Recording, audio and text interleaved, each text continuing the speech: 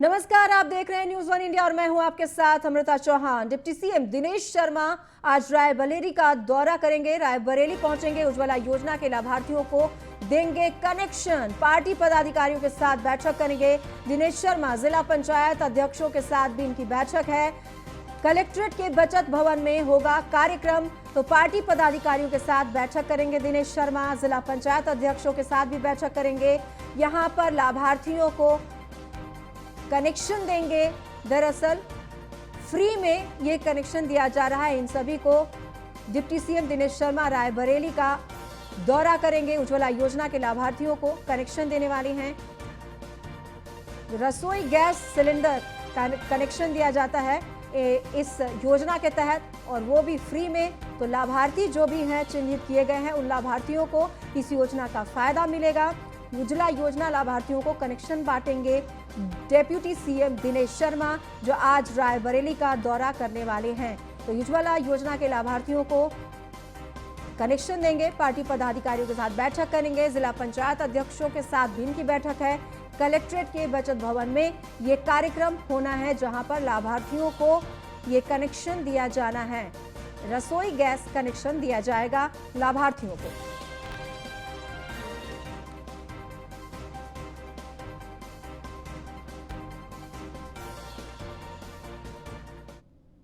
कहा जाता है कि यूपी में सियासत के दो ध्रुव कल्याण सिंह और दूसरे मुलायम सिंह यादव, दोनों के बीच चोरी का दामन साथ रहा। एक ने जहां मुख्यमंत्री होते हुए अयोध्या में राम भक्तों पर गोलियां चलाई, तो दूसरे ने विवादित ढांचा गिराए जाने के बाद जिम्मेदारी लेते हुए मुख्यमंत्री की कुर्सी तक छोड़ दी। ऐसा भी समय आया जब दोनों ने राजनीतिक मंच पर एक दूसरे के हाथ में हाथ डाल दिए। लेकिन मुलायम सिंह ने कल्याण सिंह के निधन के बाद अंतिम संस्कार से दूरी बनाकर रखी, जिसको लेकर सपा पर बीजेपी ने वोट बैंक की राजनीति करने का आरोप लगाया। बीजेपी सांसद साक्षी महाराज ने कहा कि वोट बैंक की वजह से मुलायम सिंह ने कल्याण सिंह के अंतिम संस्कार से दूरी बनाए रखी।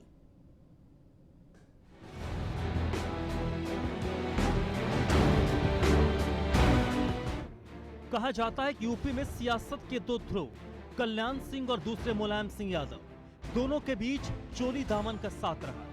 एक ने जहां मुख्यमंत्री होते अयोध्या में राम भक्तों पर गोली चलवाई, तो दूसरे ने इन्हीं राम भक्तों की ओर से विवादित ढांचे को गिराने के बाद खुद जिम्मेदारी लेते हुए मुख्यमंत्री की कुर्सी छोड़ दी। ऐसा भी समय आया जब दोनों राजनीतिक मंच पर एक दूसरे के हाथ में हाथ डाले नजर आए। लेकिन कल्याण सिंह के निधन के बाद अंतिम संस्कार से दूरी बनाए रखा, जिसको लेकर सपा पर बीजेपी ने वोट बैंक की राजनीति करने का आरोप लगाया है। बीजेपी सांसद साक्षी महाराज ने कहा कि वोट बैंक की वजह से मुलायम सिंह यादव ने कल्याण सिंह के अंतिम संस्कार से दूरी बनाए रखा। क्योंकि माननीय कल्याण सिंह के कार्यकाल में तथाकथित विवादित ढांचा टूटा था, और ढांचा टूटा था में अयोध्या था। कल्याण सिंह जी मुख्यमंत्री थे, केंद्र में कांग्रेस की सरकार थी। मैं धन्यवाद दूंगा कल्याण सिंह जी की हिम्मत को। यहां से गृह मंत्री का फोन गया, ये कल्याण सिंह जी हमारे पास जानकारी है कि ढांचे पर कार सेवक चढ़ गए। माननीय कल्याण सिंह ने कहा मुझे इससे आगे जानकारी है, ढांचा टूटना शुरू हो गया, लेकिन गृह मंत्री जी मैं गोली नहीं चलाऊंगा, नहीं चलाऊंगा, नहीं चलाऊंगा। और ढांचा टूटने के बाद भी कल्याण सिंह जी मुलायम सिंह के साथ रहे। आज वो दुनिया से चले गए। मुलायम सिंह जी ने नैतिकता में इतने नीचे गिर जाएंगे वोटों के लिए।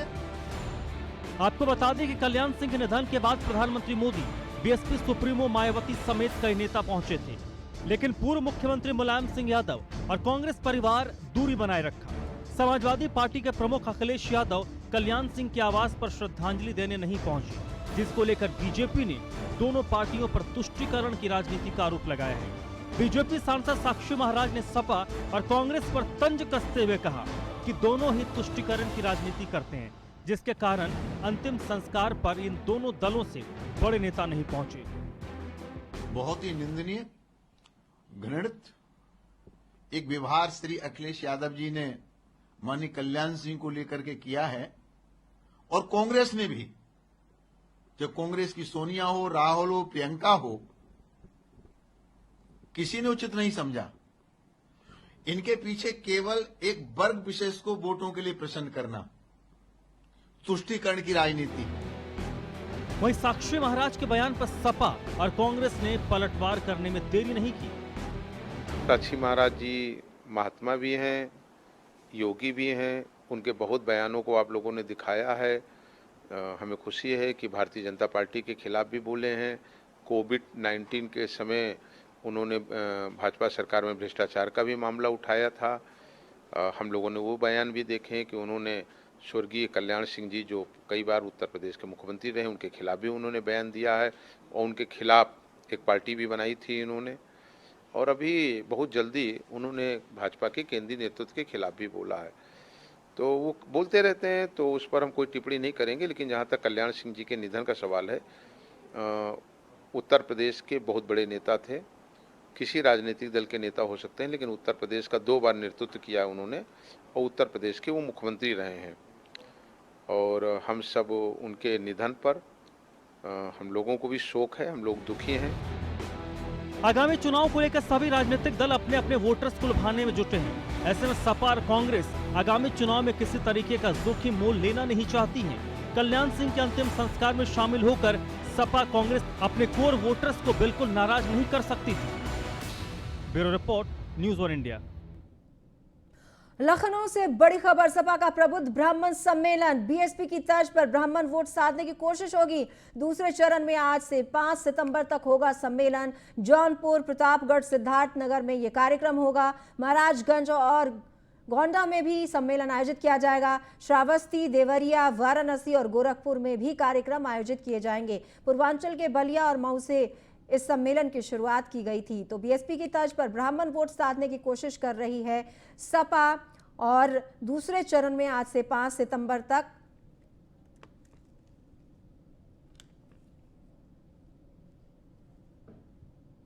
और ज्यादा जानकारी के लिए लखनऊ से अश्विनी द्विवेदी हमारे साथ जुड़ गए हैं। अश्विनी, ब्राह्मणों पर फोकस बहुत ज्यादा किया जा रहा है, ब्राह्मण वोट बैंक को साधने की कोशिश है। बिल्कुल, अगर बात करें उत्तर प्रदेश 2000 चुनाव को लेकर के, तो एक कहीं ना कहीं सभी पार्टियों का कोर वोटर होता है। ब्राह्मण वोटर जो है वो कहीं ना कहीं भाजपा का कोर वोटर माना जाता है। लेकिन अगर उसमें फूट पड़ जाती है तो निश्चित तौर पर अन्य पार्टियों को इसका फायदा मिलेगा। जिस तरह से 2007 में देखा गया, मायावती ने ब्राह्मणों के सहारे जो सत्ता का गलियारा था, जो मुख्यमंत्री कुर्सी थी, वो हथियाई थी। निश्चित तौर पर इस बार फिर मायावती भी वही कर रही है, क्योंकि 2012 के चुनाव में धोखा खाया, 17 के चुनाव में धोखा खाया, लेकिन फिर वो 2007 के चुनाव में जो किया था उन्होंने एक बार फिर उसी रास्ते पर चल रहे हैं और ब्राह्मणों के सहारे सत्ता पाना चाहती हैं। अब अखिलेश यादव को भी ये समझ में आ रहा है कि अगर ब्राह्मण वोटर हमारे साथ आता है तो निश्चित तौर पर जो 2022 का विधानसभा चुनाव है वो उनके लिए आसान हो जाएगा। क्योंकि अगर 2012 की बात करें, 2012 में सपा के पास 40 से ज्यादा ब्राह्मण विधायक थे। तो ऐसे में तब उनकी सरकार जो है सत्ता में आई थी, जब वो पार्टी सत्ता में आई थी। निश्चित तौर पर एक बार फिर ब्राह्मणों का सहारा लेकर के कुर्सी पर कब्जा करने की यह जुगत है वो जारी, चाहे वो भारतीय जनता पार्टी हो, चाहे कांग्रेस हो, सपा हो या बसपा हो। सारी पार्टियां हैं जो ब्राह्मणों को कहीं ना कहीं एक अपनी तरफ खींचना चाहती हैं। निश्चित तौर पर इसी क्रम में ब्राह्मण प्रबुद्ध सम्मेलन सपा भी शुरू करेगी, क्योंकि इससे पहले बसपा ने शुरू किया, गोष्ठी शुरू की, अब सपा शुरू कर रही है और इसका आगाज हो चुका है। 25 से लेकर के 5 सितंबर तक ये दूसरा चरण चलेगा, जिसमें देवरिया, गोरखपुर, जौनपुर, प्रतापगढ़, गोंडा, बहराइच, श्रावस्ती तमाम जिले ऐसे हैं जो पूर्वांचल के, जिनको साधने की कोशिश की जाएगी। और ये ऐसे जिले हैं जहां पर ब्राह्मण वोटर्स काफी बड़ी संख्या में है। और अगर ब्राह्मण वोटर्स करवट लेता है किसी दूसरी पार्टी की ओर, भाजपा को छोड़ता है, तो निश्चित तौर पर उस पार्टी का कल्याण हो सकता है। इसी को लेकर के अब समाजवादी पार्टी भी लगातार परशुराम को लेकर के बयानबाजी करती है, उनकी मूर्ति को लगाने की बात कहती है, सरकार में आने पर जो ब्राह्मणों का जो हिस्सा है वो बढ़ाने की बात करती, सरकार में निश्चित तमाम बातें करती है। किसी ना किसी सहारे समाजवादी पार्टी अब सरकार में आना चाहती है। निश्चित तौर पर उसी के रूप में इसको भी देखा जा रहा है। जाति समीकरण अपने सुधारने की कोशिश की जा रही, क्योंकि जो मुस्लिम वोटर्स है वो माना जा रहा है कि समाजवादी की पार्टी के पड़ने में ही जाने वाला है। और वहीं अगर यादव वोटर्स है तो इस बार 2017 की तुलना में यादव वोटर ज्यादा सपा को मिलेगा, क्योंकि 2017 में ऐसा माना जा रहा था कि काफी यादव वोटर जो था वो भाजपा की ओर आकर्षित हुआ। लेकिन कहीं ना कहीं ऐसे जो अभी तक सर्वे आए हैं इनके अनुसार अगर बात करें तो एक बार फिर जो कोर वोटर सपा का था वो सपा की ओर जाने की बात कर रहा है। ऐसे में अगर ब्राह्मणों के साथ मिलता है सपा को तो निश्चित तौर पर 2022 की राह आसान हो जाएगी। जी अश्विनी, आज जो कार्यक्रम होना है उसमें क्या कुछ होने वाला है? बिल्कुल, जो कार्यक्रम होने वाला है उसमें बाकायदा जो ब्राह्मण वर्ग के लोग हैं, बड़े नेता हैं, चाहे मनोज पांडे की बात करें, तेज नारायण पांडे, पवन पांडे की बात करें, अभिषेक मिश्रा की बात करें, तमाम ऐसे नेताओं को जो ब्राह्मण चेहरा हैं सपा सरकार में रहे हैं, और समाजवादी पार्टी ने उनको जिम्मेदारी दी है कि ब्राह्मण जो वोटर्स हैं उनको लुभाया जाए, और उसी के तहत प्रबुद्ध सम्मेलन होगा जिसमें तमाम ब्राह्मण नेता हैं, जो ब्राह्मण वोटर्स हैं उनको बुलाया जाएगा। बाकायदा उनको समझाया जाएगा कि इस सरकार ने आपके खिलाफ क्या किया है, हमारी सरकार ने आपके लिए क्या किया, इन सब तमाम चीजों को लेकर के ये प्रबुद्ध सम्मेलन हो रहा है। जी बहुत बहुत धन्यवाद अश्विनी इस तमाम जानकारी के लिए।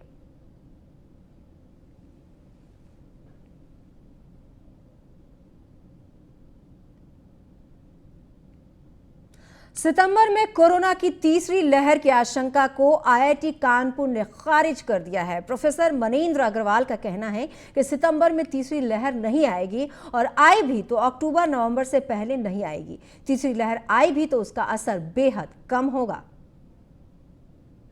कोरोना के लिए हमने करीब 1 महीने पहले आकलन अपना बताया था, और जब भी इस तरह का भविष्य का आकलन करते हैं कोरोना के बारे में तो कुछ अनुमान लगा के चलते हैं, क्योंकि भविष्य में क्या होगा ये किसी को भी कहना संभव नहीं है। तो हम आकलन ये लगाते हैं कि मान लेते हैं कि इस समय इस प्रकार की घटना होती है तो फिर उसके बाद किस प्रकार का कोरोना आगे बढ़ेगा। तो हमने ये अनुमान लगाया था कि अगस्त के अंत तक सब जगह से लॉकडाउन हट जाएंगे, और तब हमारे आकलन बता रहा था कि फिर धीरे धीरे संख्या बढ़नी शुरू होगी, जो अक्टूबर तक अपने। बड़ी खबर, आज अयोध्या दौरे पर जाएंगे पर्यटन मंत्री नीलकंठ तिवारी। सुबह 11 बजे पहुंचेंगे अयोध्या। राष्ट्रपति के आगमन की तैयारियों का जायजा लेंगे। रामकथा पार्क में रामायण कॉन्क्लेव की तैयारियों का जायजा लेने के लिए पहुंचेंगे। दोपहर 1 बजे सर्किट हाउस में तैयारियों का समीक्षा भी करेंगे। तो राष्ट्रपति के आगमन की तैयारियों का जायजा लेने के लिए पहुंचेंगे रामायण कॉन्क्लेव। रामकथा पार्क का भी जायजा लेंगे। दोपहर 1 बजे सर्किट हाउस में समीक्षा करेंगे। खबर कासगंज से, पुलिस और बदमाशों के बीच मुठभेड़ हुआ है। पुलिस पर हमला करने वाले बदमाशों से मुठभेड़ हुआ है। राइफल लूटने वाले लुटेरों से पुलिस की मुठभेड़ हुई है। पुलिस में एक लुटेरा पवन गोली लगने से घायल हुआ है। घायल पवन को जिला अस्पताल में भर्ती कराया गया है। 2 अभियुक्त श्याम वीर और रूबी मौके से गिरफ्तार हुए हैं। एसपी मोहन प्रमोद बोत्रे ने मुठभेड़ की पुष्टि की है। लुटेरे बदमाश राजवीर की बहन है रूबी, ये कहना है एसपी का। लुटेरे राजवीर और बबलू अभी भी फरार हैं। 18 और 19 की मॉर्निंग में एक अमेज़ॉन के गोदाम में चोरी होने की सूचना पुलिस को प्राप्त हो रही थी, जिसमें हमारे 2 कांस्टेबल मौके पे पहुंच के वो घटना को रोकने में सफलता उनको प्राप्त हुई। उसी समय हमारे एक कांस्टेबल सिपाही की राइफ़ल जो इंसास राइफ़ल है उस अभियुक्तों द्वारा छीन के और उसके साथ मारपिटाई करके वो राइफ़ल जो है वो अपने साथ अपनी गाड़ी में डालकर लेके गए। मेरे द्वारा 5 टीमों का इसमें गठन किया गया। आज एक सूचना मिली कि वो जो राइफ़ल है एक व्यक्ति जो उसमें मेन जो अभियुक्त है उसके पास है। हम लोगों ने उसकी ये जो सूचना है उसके ऊपर विश्वास करते हुए लगातार चेकिंग का अभियान जो है पूरे जनपद स्तर पे इसमें कराया था।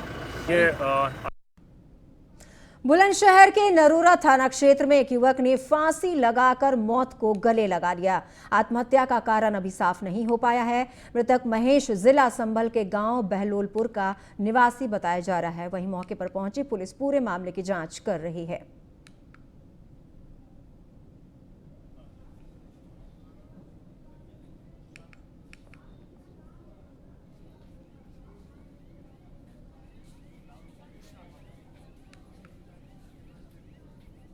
तो बुलंदशहर की खबर है, हालांकि अभी पता नहीं चला है कि इस युवक ने ये कदम क्यों उठाया। तो बुलंदशहर के बहलोलपुर की एक घटना है जहां पर एक युवक ने खुदकुशी कर ली। और पूरे मामले की जांच अब पुलिस कर रही है। घर वाले सकते में हैं कि आखिरकार उसने ये कदम क्यों उठाया। पुलिस ने मामला दर्ज कर लिया है और पूरे मामले की जांच कर रही है। तो बुलंदशहर के बहलोलपुर की ये घटना बताई जा रही है, जहां पर एक युवक ने खुदकुशी की है। उसके बाद इलाके में सनसनी फैल गई।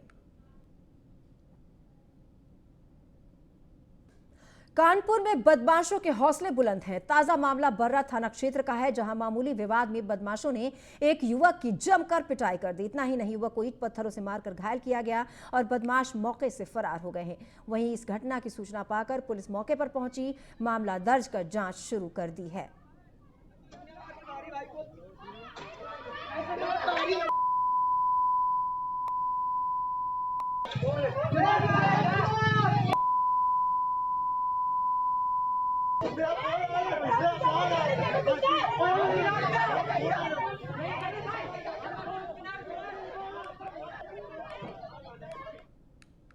हरदोई के प्रतिष्ठित मिर्चाराम स्वीट्स हाउस पर खाद्य विभाग ने छापेमारी की है। निरीक्षण में कई प्रकार की खामियां पाए जाने के बाद खाद्य विभाग ने मिर्चाराम स्वीट हाउस को नोटिस जारी किया है। वहीं खाद्य सुरक्षा अधिकारी नोटिस का अनुपालन न करने पर मिर्चाराम स्वीट्स पर नियमानुसार विधिक कार्रवाई किए जाने की बात कही है।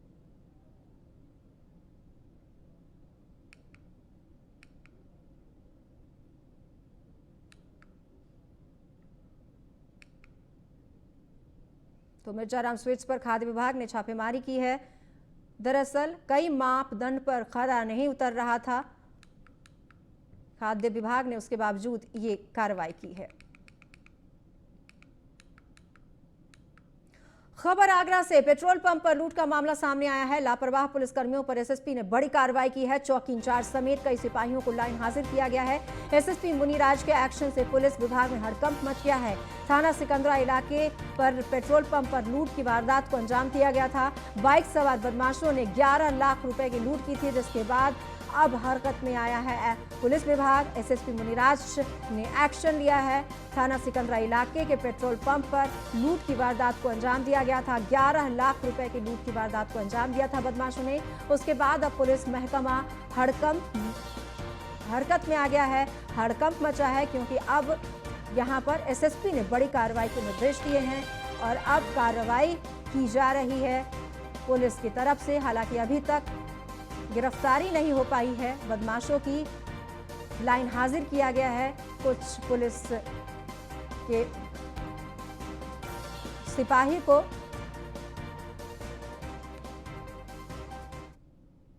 लखनऊ से खबर, आज यूपी में विरोध प्रदर्शन करेगी आप। जल जीवन मिशन को लेकर मटकी फोड़ आंदोलन करने जा रही है आप सांसद संजय सिंह की अध्यक्षता में यह प्रदर्शन होने जा रहा है। सुबह 11 बजे सभी जिला मुख्यालय पर प्रदर्शन करेगी आम आदमी पार्टी। तो जल जीवन मिशन को लेकर मटकी फोड़ आंदोलन होगा।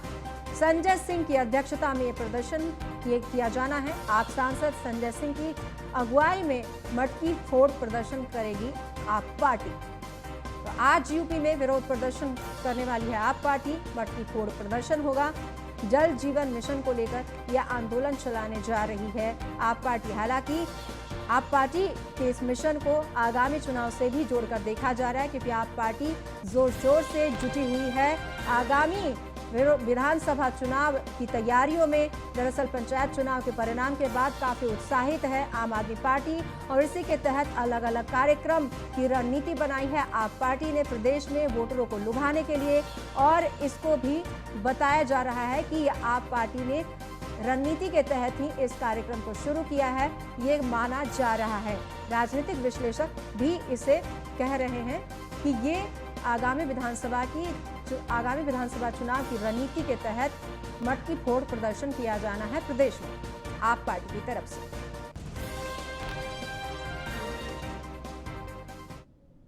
यूपी में आगामी विधानसभा चुनाव की तैयारियों को लेकर कांग्रेस ने कमर कस ली है। 27 अगस्त को कांग्रेस महासचिव प्रियंका गांधी अयोध्या में किसान महापंचायत में शामिल होकर अपने चुनावी अभियान की शुरुआत करेंगी। प्रियंका गांधी का ये दौरा कांग्रेस काफी अहम मान रही है। देखिए इस रिपोर्ट में क्या कुछ है खास।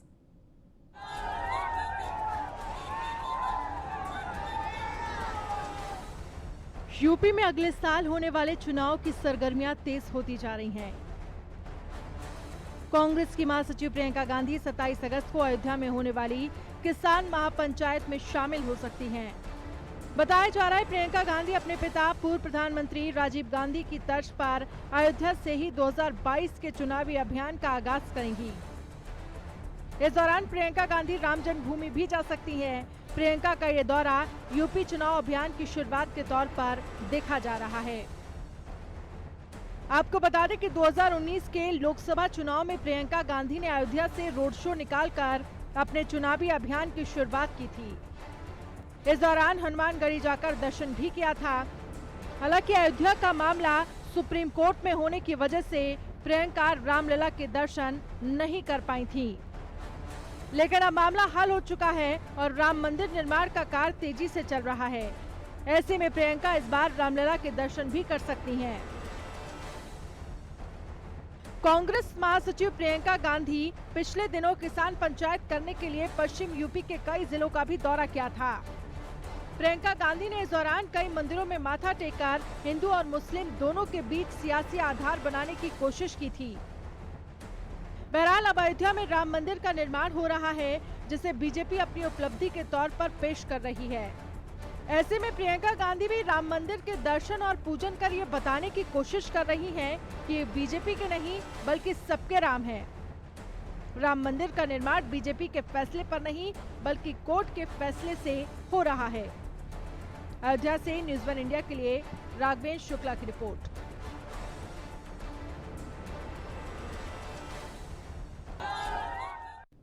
फिलहाल इस बुलेटिन में इतना ही। नमस्कार।